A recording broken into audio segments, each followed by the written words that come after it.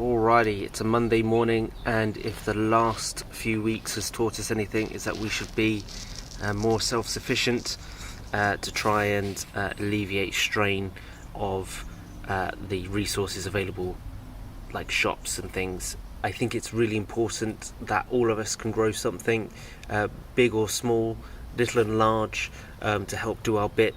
I've spoken to a lot of people the last couple of days, and the general tone is that there's something very similar to World War II about this. The only difference is that it's not coming from above.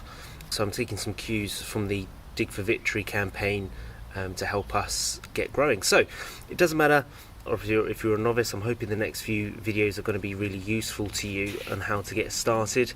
So preparation is key. So these are the things that I've started to collect over the last couple of weeks. The first being containers and fruit punnets.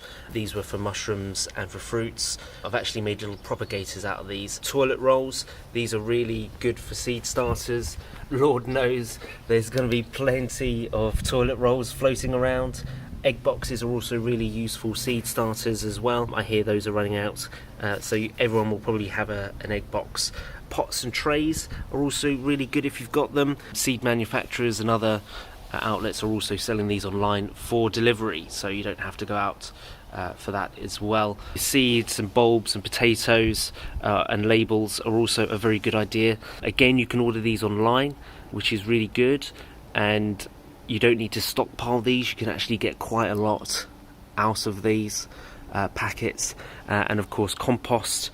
This is one bag of compost that I have, and this will probably see me through. And one of the things that you should consider is you should start making a space indoors, outdoors, on windowsills, in porches, of where you're going to grow your seedlings. So this is the ideal time to start getting your seeds in your trays and in your pots. I've got this little shelf here which keeps everything warm during the night time, and also it keeps everything a little bit more hotter and germination friendly during the day. I've also picked a nice sunny spot, so that with the equipment, that's literally all you need to start growing your own. Do that, that's the first step, and I'd love to hear your comments, weird and wonderful places where you're growing things, in the comments below.